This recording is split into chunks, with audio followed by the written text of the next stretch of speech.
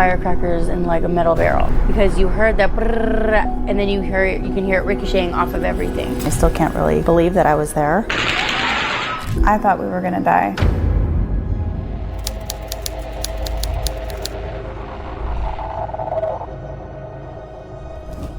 Before we begin, know that the story you're about to hear is not a gentle one. It is drawn from true events, and the truth can be dark, unsettling, and sometimes tragic. Some stories speak of violence, others of those who vanished into the night. All are told with respect for the missing and the dead, and for the living who still wait for answers. If you choose to listen, listen knowing the shadows here are real.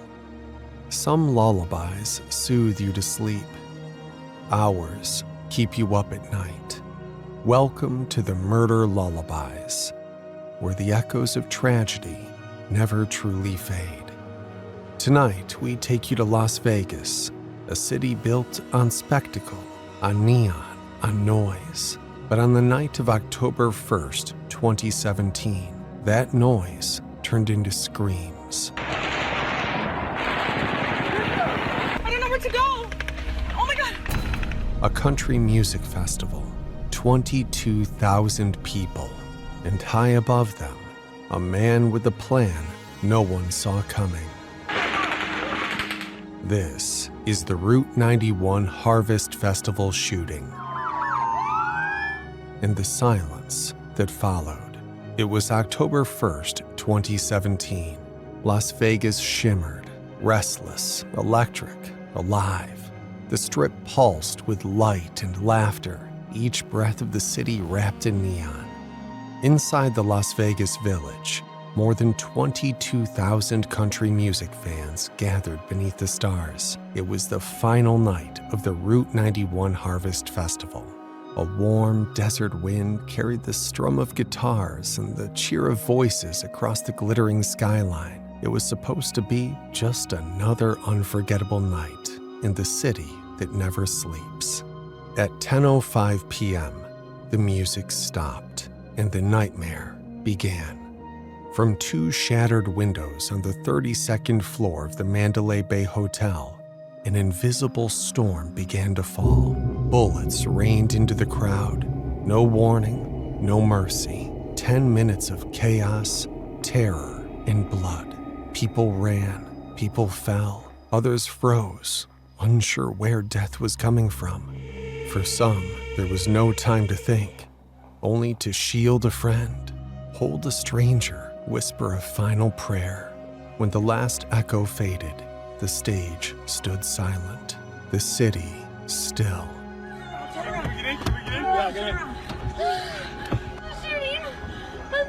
Relax. And America had witnessed the deadliest mass shooting by a lone gunman in its history.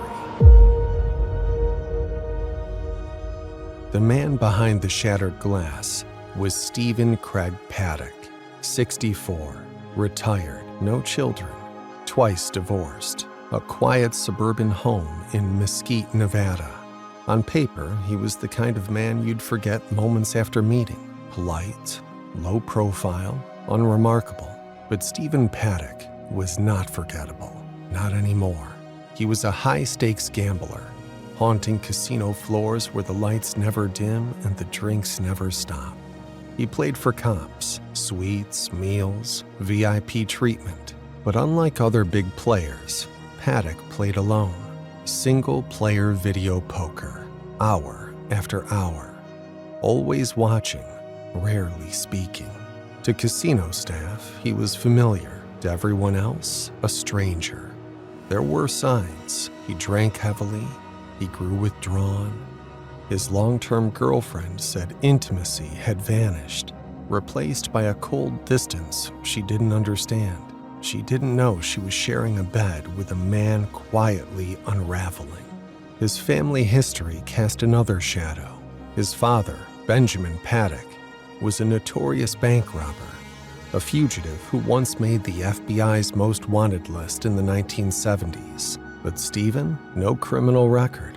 just traffic tickets, just silence. Until the silence began to hum with purpose. He had been losing money, millions perhaps, but every debt was paid, and somewhere along the line, something snapped. Investigators would later find the blueprint of his mind: meticulous, obsessive, cold. He didn't wake up one morning and decide to kill. He studied, he mapped, he watched. A month before the attack, Paddock stayed at the Mandalay Bay with his girlfriend. He asked for specific rooms with clear views of the Las Vegas Village. She thought it was just a getaway, but it wasn't the only festival he scouted. Boston, Chicago's Lollapalooza, a room booked but never entered. To the world, he was just a man living out his retirement. But behind closed doors, he was building something cold, something catastrophic. Stephen Craig Paddock had become the architect of his own apocalypse. Before the gunfire split the night, before the music dissolved into screams, there was silence, a silence with intention. From September 17th, Stephen Paddock was already watching. He stayed at the Ogden in downtown Las Vegas, his window overlooking the Life is Beautiful festival. He didn't pull the trigger then, but the idea hung in the air like smoke. His search history whispered his thoughts aloud. SWAT weapons, ballistics chart 308. Do police use explosives? Not curiosity, blueprints. On September 25th, he checked into room 32135 at the Mandalay Bay, a high-floor suite earned through high-stakes gambling. 4 days later, he secured the adjoining suite, 32134. Both rooms faced the Las Vegas Village, where in just days, thousands would gather under desert stars. To anyone watching, he was just another guest. He smiled, he gambled, he chatted with staff, even twice on the day of the shooting. But behind those locked doors, he was building something lethal. Suitcase by suitcase, he smuggled in destruction. 5 on the 25th, 7 on the 26th, 2 on the 28th, 6 on the 30th, 2 more on the final day. 23 in total, filled with weapons, ammunition, and the tools of war, rolled in quietly on the wheels of bellhop carts. On September 30th, he placed "Do Not Disturb" signs on both doors, and behind them, death waited patiently for its cue.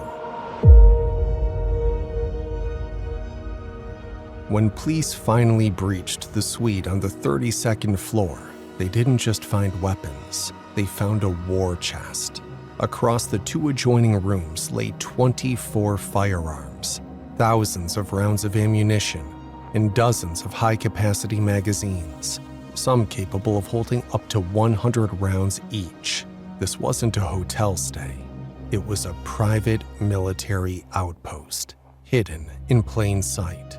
14 of the weapons were .223 caliber AR-15 style semi-automatic rifles from various manufacturers. The rest included 8 .308 caliber AR-10 rifles, a .308 Ruger American bolt action, and a .38 caliber Smith & Wesson revolver. But one modification turned this arsenal into something far deadlier: bump stocks. Fitted to each AR-15, they used recoil to mimic automatic fire. With them, Paddock could fire up to 90 rounds in 10 seconds, a rhythm horrifyingly close to a machine gun. The AR-10s weren't altered the same way, but they had a different purpose: telescopic scopes and bipods, built for precision, for picking out targets at long range. Every gun had been purchased legally from Nevada, California, Texas, and Utah. He even carried tracer rounds, bought from a private seller in Phoenix, bullets that glowed in flight so he could see where his shots landed. And his preparations went beyond guns. In his car, parked in the Mandalay Bay garage, 1,600 more rounds, 50 pounds of tannerite, and ammonium nitrate. the same compound used in the Oklahoma City bombing of 1995.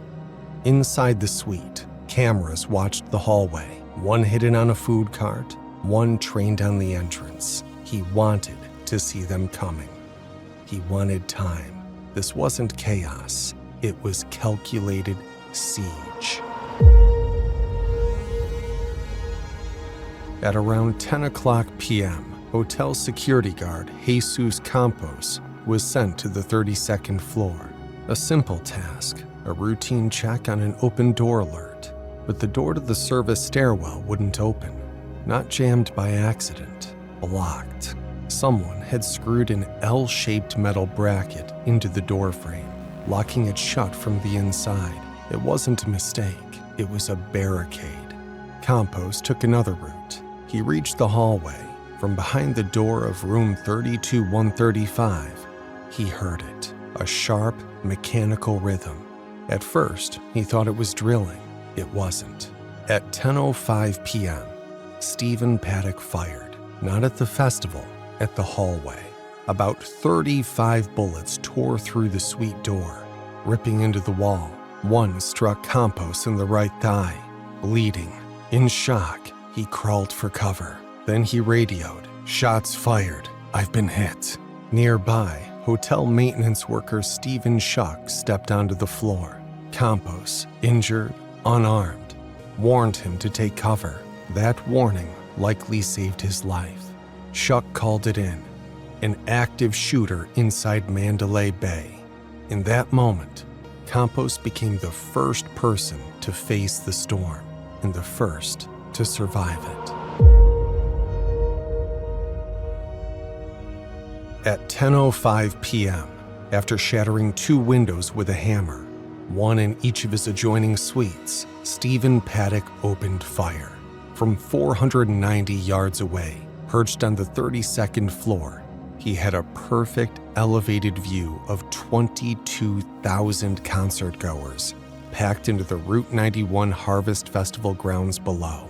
At first, single measured shots. Then, the rhythm changed. Rapid bursts.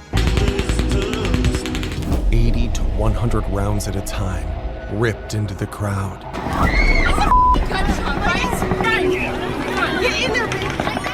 He would fire over 1,000 rounds in total. In those first seconds, many thought it was fireworks. The pops echoing against glass and steel, the hollow ricochet swallowed by music. But reality arrived fast, and in those precious seconds of confusion, lives were lost. The venue, 15 acres of open concrete, was surrounded by fencing meant for crowd control. Now, it was a trap.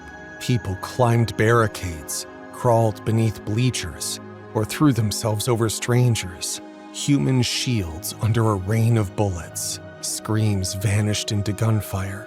Instinct blurred into chaos. Survival became a matter of chance. For 10 minutes, the shooting never stopped.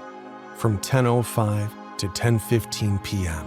But it wasn't just the crowd in his sights. Paddock turned his rifle toward the 2 large jet fuel tanks at nearby McCarran International Airport, nearly 2,000 feet away. 8 rounds fired. 2 hit the tanks. 1 pierced the metal. It could have ignited them. It didn't. Jet fuel, mostly kerosene, isn't easily set alight by bullets. And so, by chemistry and chance, a second catastrophe was avoided. But on the ground, the nightmare went on. The exits jammed, the air shredded with sound and panic, and with every second, more lives bled into the desert night. While one man rained terror from above, others moved into the fire. Some wore uniforms, many did not. But in those 10 minutes, they all made the same choice: to run toward the danger. Among them was U.S. Army soldier Matthew Kobos, captured in a photograph that would travel the world, his body curved over a young woman's, shielding her from the bullets still slicing through the night. For that moment, he wasn't thinking about recognition. he was simply trying to keep her alive. British soldier Ross Woodward, off duty and staying in a nearby hotel, heard the gunfire. He went toward it again and again, guiding people to safety, carrying the wounded, working in the chaos like it was a battlefield. Across the festival grounds, makeshift triage zones sprang up. EMT Brittany Spear from UCLA was among the first to act. Even as the gunfire continued, she carved out a space for the fallen, refusing to leave, hands steady in the storm. Military personnel, some just attendees that night, stepped into their roles without hesitation. Sergeant Austin Cox, Sergeant Michael Vera of the U.S. Marines, Petty Officer First Class Brian Mazie of the Navy, Petty Officer Second Class Tracy Huddleston of the Coast Guard. Each placed themselves between the crowd and the gunman's line of fire, rendering aid under open sky, their uniforms replaced by courage. Even off-duty police officers, scattered among the festival goers, became shields in the dark.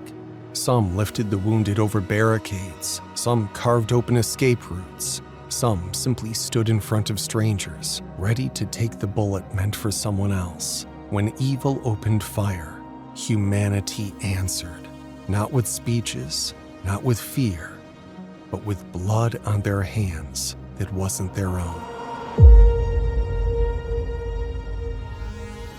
In the first minutes, even the police didn't know where to look. Gunfire echoed like a storm with no center, bouncing off glass, steel, and concrete. Reports poured in. Shots from the Luxor, from the festival grounds, from other hotels. The Strip had become an auditory labyrinth, and somewhere inside it, death was moving. At 10:12 p.m., 2 officers on the 31st floor of Mandalay Bay heard it, the sharp, percussive thump of gunfire just above them. By 10:17 p.m., they were on the 32nd floor. In the hallway, they met Jesus Campos, the security guard already bleeding from a shot to the leg. Despite the wound, he stayed. He pointed them toward the noise, toward room 32135. He helped move guests to safety, limping but unshaken. Between 10:26 and 10:30 p.m., 8 more officers arrived. By then, the shooting had stopped, but the hallway still felt alive, as if the walls were listening. Was the shooter still armed, still moving, still watching from a darkened corner? The officers moved door to door, clearing each room in silence. By 10:55 p.m., the entire floor was empty of guests. Then the waiting began. At 11:20 p.m., nearly an hour after the last shot, police made the call. Breach the door. Explosives tore the lock apart, and there he was, Stephen Craig Paddock, on the floor, dead from a self-inflicted gunshot wound to the mouth. The room was a fortress, dozens of weapons, cameras mounted in the hallway, windows shattered for a perfect line of fire. At 11:27 p.m., the words came over the radio. "We have a suspect down." And just like that, the man who had turned a music festival into a killing ground was gone. But the questions, they stayed. The night didn't end when the bullets stopped.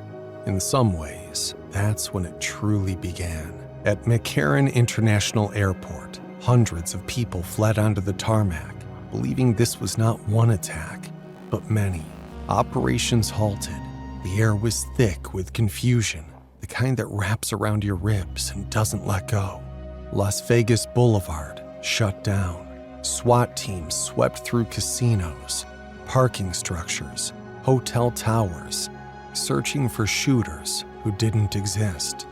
And in the center of it all, the human toll. By the time the dust began to settle, 60 people were dead.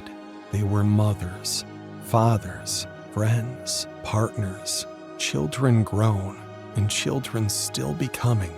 They came from everywhere, 34 from California, 6 from Nevada, 4 from Canada, and dozens more from across the United States. Among them, an off-duty Las Vegas police officer, an off-duty Manhattan Beach officer who died shielding his wife. Their ages stretched from 20 to 67 years old. There was no pattern, no reason, only lives that wanted music under the desert sky. But death was not the only count that night. 867 people injured, at least 413 hit by gunfire or shrapnel. Hospitals became war zones of their own. Sunrise Hospital took in 199 patients, 150 of them in just 40 minutes. University Medical Center treated 104. And still, in the shadow of so much loss, the city moved together. By morning, lines to donate blood stretched for blocks. Wait times reached 6 hours. In Las Vegas alone, 800 units of blood were donated in the days that followed. Nationwide, the American Red Cross saw a 53% increase. They came to give, even when they had nothing left, because when the Strip fell silent, Las Vegas spoke, in heartbreak and in defiance.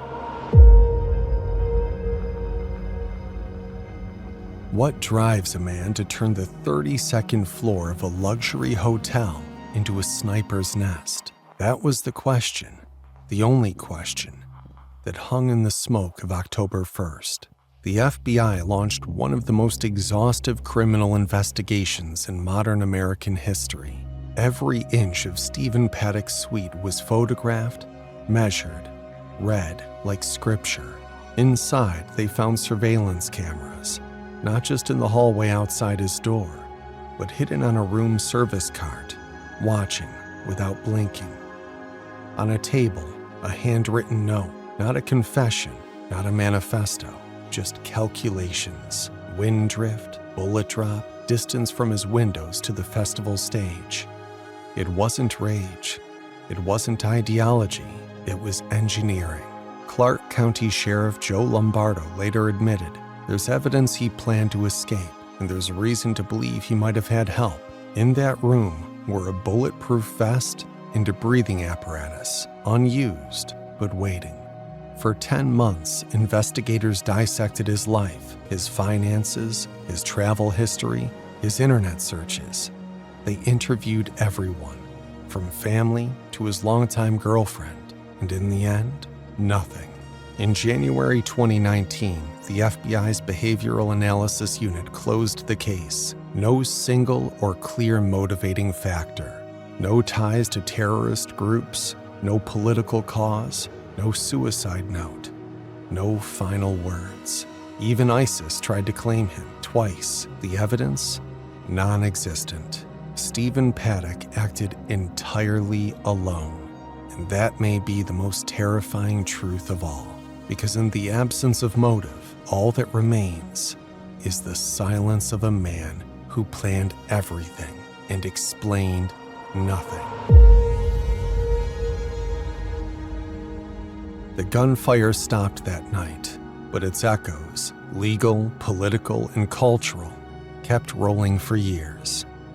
In the weeks after the massacre, the nation was forced to look at itself, not just at what happened, but at why nothing was stopping it from happening again. At the center of the conversation, bump stocks, the cheap, simple devices that turned Paddock's rifles into near machine guns. In December 2018, the U.S. Department of Justice banned them, a regulation signed by Acting Attorney General Matt Whitaker. A small step, but a step nonetheless. Almost 6 years later, in 2024, the U.S. Supreme Court overturned that ban. Their ruling, bump stocks didn't meet the legal definition of a machine gun. If the law needed changing, Congress, not federal agencies, had to rewrite it. Once again, the cracks in the system were exposed for everyone to see. But the fight wasn't just about laws, it was about liability. In November 2017, a group of 450 victims sued the Mandalay Bay Hotel and its parent company, MGM Resorts International. They claimed the hotel had failed to detect the arsenal Paddock smuggled in over days. MGM's answer was stunning. They countersued. Not just one plaintiff, but hundreds of survivors, arguing they bore no liability of any kind under a 2002 federal law. It felt like an attack after the attack. The backlash was immediate. Survivors were outraged. The public disgust was palpable. Eventually, in September 2020, a judge approved an $800 million settlement. Not an admission of guilt, but a resolution. Still, while the courts wrestled with responsibility, the internet had its own trial. Conspiracy theories bloomed like mold in the dark. False claims of multiple shooters, government cover-ups, even staged victims. Some survivors were labeled crisis actors and received death threats for simply existing. Social media platforms scrambled to contain the lies. They boosted authoritative sources. They tried to stem the flood. But misinformation had already sunk roots, because for every truth spoken, there is always a louder lie waiting to be believed. From the wreckage of October 1st, something unexpected took root. Not instantly, not easily, but deliberately and together. Just days after the massacre, in the heart of downtown Las Vegas, strangers, survivors, and families began to build the Las Vegas Community Healing Garden. 58 trees, one for each life stolen that night. At the center, an oak tree, standing for strength, for endurance, for the promise that this city will not forget. At the Mandalay Bay, the aftermath left a scar that could not be erased. The 32nd floor, where Paddock's windows once framed his killing field, was removed from maps and marketing. Rooms 32-134 and 32-135 were sealed forever, locked away like a tomb above the Strip. In 2021, MGM Resorts donated 2 acres of the festival site for a permanent memorial. The project, called the Forever One Memorial, is set to open in October 2027. At its heart will rise a 58-foot tower of light, 1 foot for every life lost. It will stand inside a remembrance ring and an infinity path garden, a place where grief can breathe and memory can bloom. Even the city's sports culture made space for mourning. The Vegas Golden Knights, the NHL's hometown team, retired jersey number 58, the first number ever retired in the team's history.